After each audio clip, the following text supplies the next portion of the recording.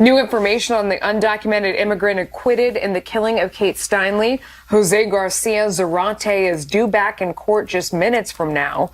A judge will be handing down a sentence for illegal possession of a firearm, the only charge he was convicted of. Let's bring in Jana Spilbor, former prosecutor and criminal defense attorney, and Brian Claypool, former prosecutor and defense attorney. Jana, I'll start with you. Isn't the defense asking for a new trial on that charge? The defense is asking for a new trial, and that is a complete waste of time and taxpayer money for this reason, and this is a horrible reason.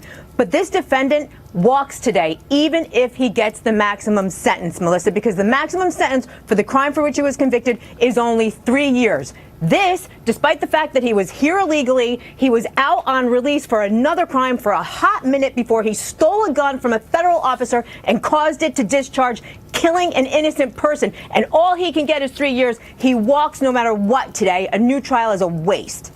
Brian, I mean, if he walks today, what outrage does that cause? I mean, in San Francisco, I guess they've become a sanctuary city and a sanctuary state. But elsewhere, it's going to cause a lot of outrage.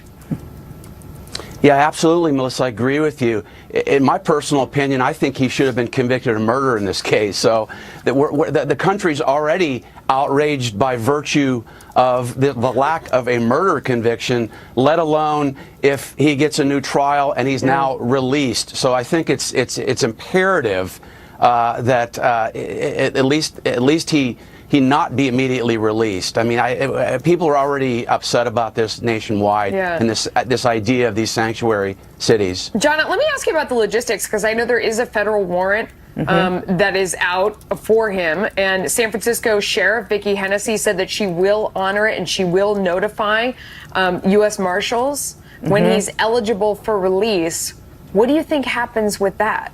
Well, first, it's about time that the sheriff is going to comply with a federal warrant or a federal detainer, both of which are on this defendant, by the way. And I think the feds, to make sure that they honor their word, should be sitting outside that jailhouse when he's supposed to be released, because the next move is they're going to prosecute him for 2 other federal crimes, minimum, and then they should deport him. But deport him in a way, Melissa, so that he cannot come back for a 6th time.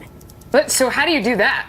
I mean, Brian, how do you do that? Because he's come back 5 different times. Build the wall. Even if they stop him from walking away and really walking out of the courthouse, and they grab him up and they deport him, I mean, it seems like he'd be crazy to come back given all the attention and everything that's happened. But then again, he's done it 5 other times. So.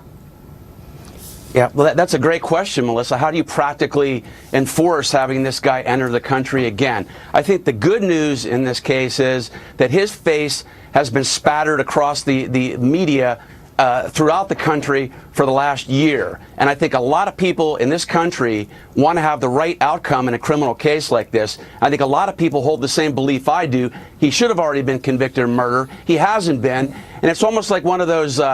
in California, we call them Amber Alerts, where a child's been taken and they pop it everywhere. I think everybody in this country is on Amber Alert to make sure if this guy comes back, he's reported and deported again.